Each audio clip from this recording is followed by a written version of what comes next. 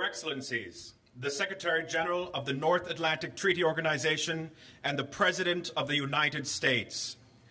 Excellences, le Secrétaire Général de l'OTAN et le Président des États-Unis.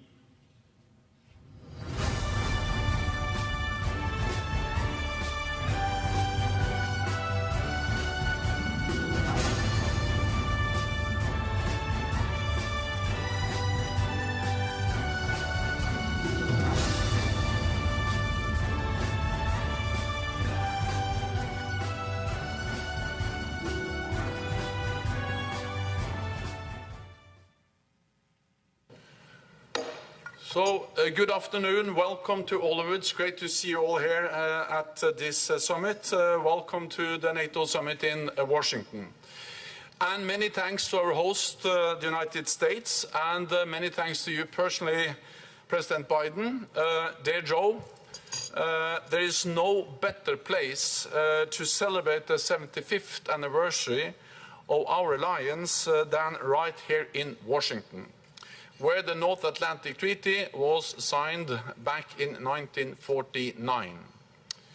So thank you so much for hosting us all here. And thank you also, President Biden, for your personal leadership and your strong commitment over many years to NATO, to our transatlantic alliance. This has all made us stronger. Let me also welcome Prime Minister Ulf Kristersson. This is your first time as a full member of the alliance, as Prime Minister attending a NATO summit. So welcome to the family, Ulf. It's great to see you here.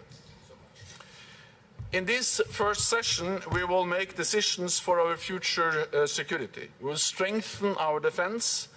23 allies now meet the target of spending 2% of GDP on defense, up from just 3 allies in 2014 when we made the pledge to invest more in defense. We will increase our support for Ukraine by establishing a NATO coordination and the security assistance and training for Ukraine, and by ensuring a sustained support for the long term. Support to Ukraine is not charity, it is in our own security interest. And we will reinforce our partnerships in the Indo-Pacific to push against the growing alignment of Russia, China, Iran and North Korea. Let me now pass the floor to President Biden for his opening statement. So please, Joe, you have the floor. Secretary General, allies, friends, 75 years ago, when our nations created the alliance, President Truman said, quote, "We hope to create a shield against aggression, the fear of aggression, and to permit us to get on with the real business of creating a government and society." For 75 years, our nations have grown and prospered behind the NATO shield. Today, we're stronger than we've ever been. Since I took office, we've doubled the number of battle groups in NATO's eastern flank, and the United States has.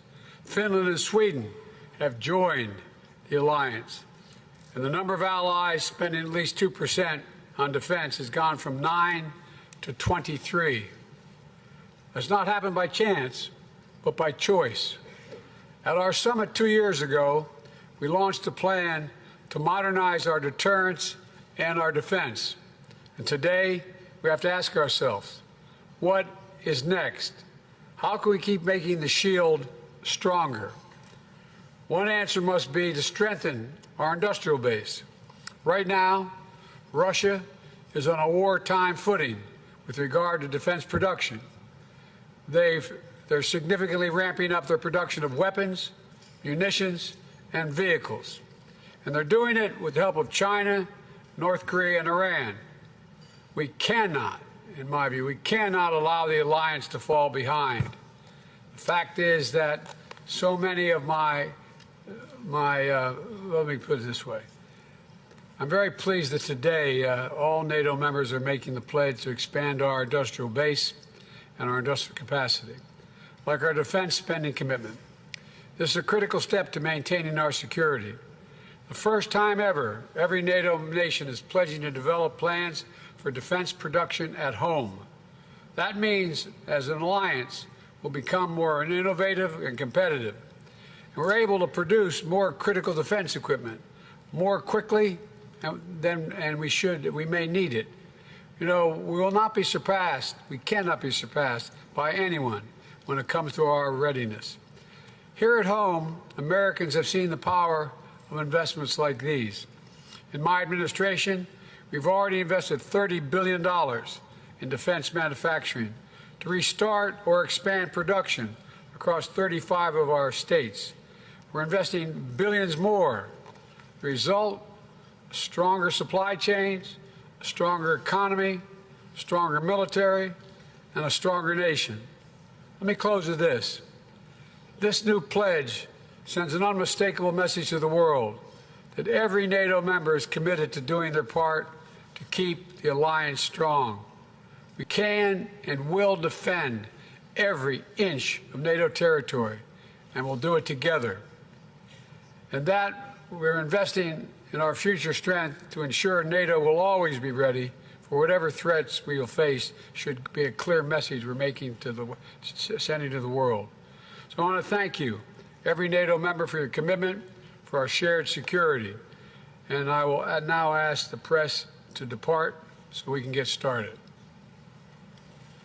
Thank you so much, President Biden, for those remarks. And as the President said, this ends the public part of the meeting, and we ask the media to depart, and then we will continue just a second. Thank you so much.